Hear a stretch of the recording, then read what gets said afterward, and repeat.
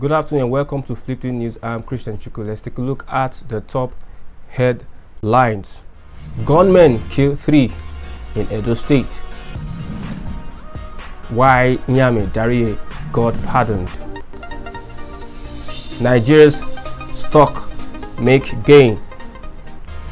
Man City return to top of Premiership as Arsenal drown Chelsea. And also we're looking at Buhari mourns NAF crash victims. Let's take a look at the news in detail. President Muhammad Buhari has welcomed the decision of the Nigerian Air Force to investigate the cause of the recent plane crash involving one of its planes.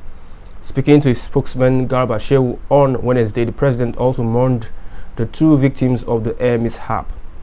According to reports, a Nigerian Air Force Super Mushak trainer plane crashed in Kaduna, killing its 2 occupants, Abubakar Alkali and Elijah Karatu, both flight lieutenants. The accident is the 5th plane that the NAF has lost in the last year. The most notable of the accidents was one involving the late Army Chief of Staff Ibrahim Atairu and 10 others. The Air Force is trying to acquire more equipment to help fight insurgents and bandits in various parts of the country.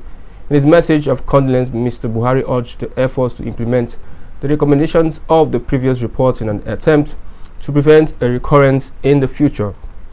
At least 20 officers were also killed in a tragic incident, including high-ranking military personnel. I welcome the decision of the NAF authorities to investigate the accident, but I also ask them to publish and implement the recommendations of past air accident investigation reports with a view of preventing future tragedies and putting an end to the families and friends of the deceased, the president said. Gunmen killing 3 in Edo State. 3 people were reportedly killed in Uselu Naho community in Uhunwode local government area of Edo State on Wednesday following a leadership fight. Police spokesman Katongs Bello confirmed the incident but said he did not yet have further details. The Nigerian news agency reported that the gunmen attacked the victims, one of whom was the community security chief, at his duty post in Aho Kara. The deceased were collecting vehicle parking fees when the gunmen opened fire on them, killing all 3 on the spot. Community sources attributed the development to the ongoing leadership struggle in the community. Media deduced that residents and shop owners hurriedly fled from the scene.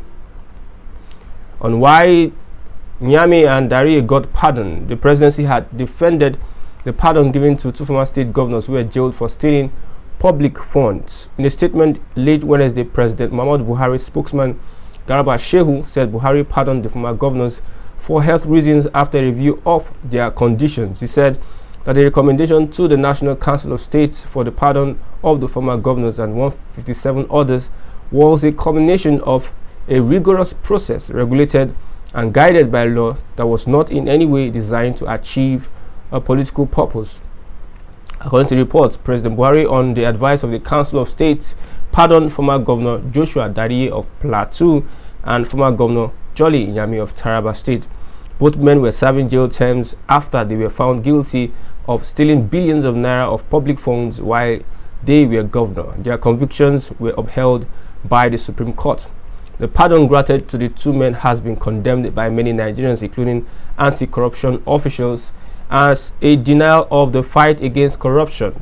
Officials from Nigeria's 2 main anti-corruption agencies, EFCC and ICPC, told reporters that not only were they discouraged by the pardons, but they believe it has effectively ended the current government's anti-corruption war. In his statement on Thursday, Shehu said that President Buhari would have been cruel if he had not pardoned the former governors.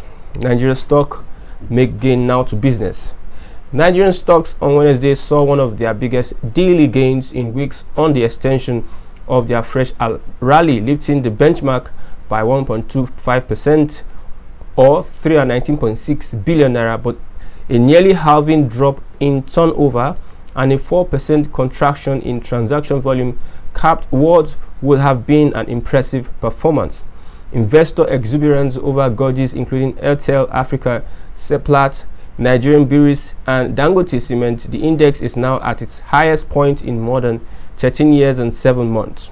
Oil trader Eternal Oil In, which privately held Rain Oil, took a majority stake 61% in November, appreciated most of the 116 shares that participated in Wednesday's trading as stock activity intensified, and announced the day before that it would launch a compulsory public offer to acquire at a premium price 1.3 million shares from its shareholders at 13.50 naira per unit. The stock, which had not seen any price movement since the beginning of the month, was up 10% at 5 naira 50 kobo, lifted the main stock index, which advanced for the 7th straight trade. The breadth of the market, a sign of investor sentiment towards the trade, was positive as 28 gainers were recorded compared to 21 laggards. Now on to sports. On Manchester City. Manchester City regained top spot in the Premier League from Liverpool with a 3-0 win over Brighton on Wednesday, while Arsenal revived their push for the top 4 by beating Chelsea 4-2 at Stamford Bridge.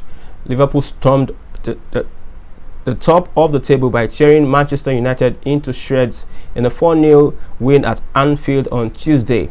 City were not sparkling but held their nerve to edge back 1 point ahead in the title race thanks to second half goals from Riyad Mahrez, Phil Foden and Bernardo Silva.